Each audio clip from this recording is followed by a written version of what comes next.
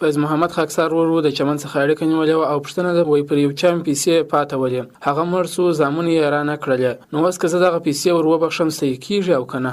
الجواب بالله التوفیق. محترم فیض محمد وروره، یقینا ستا حق و او زامن یې د دغه میت د مړه سوي کس ورثه دي، اصولا او شرعا په کار وه چې دوی تا ته ستا حق درکړی وای، لیکن دوی دا درنه کړله. خیر، اوس ته کولی سي چې د پیسې ور وبخښې، ته د خپل پور او دینه څخه دغه میت دا مړ سوی کس ته بري کړي.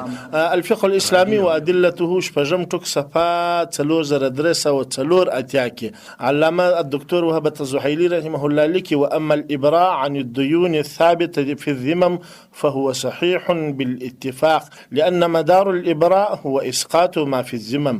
نو لهذا تکولای شي چې د مرګ باوجود د زړه په خوشحالي سره بطيب النفس د خپل حق څخه دی بري کړي. ده بالکل جائزه ده، والله اعلم بالصواب. تعلیم الاسلام رادیو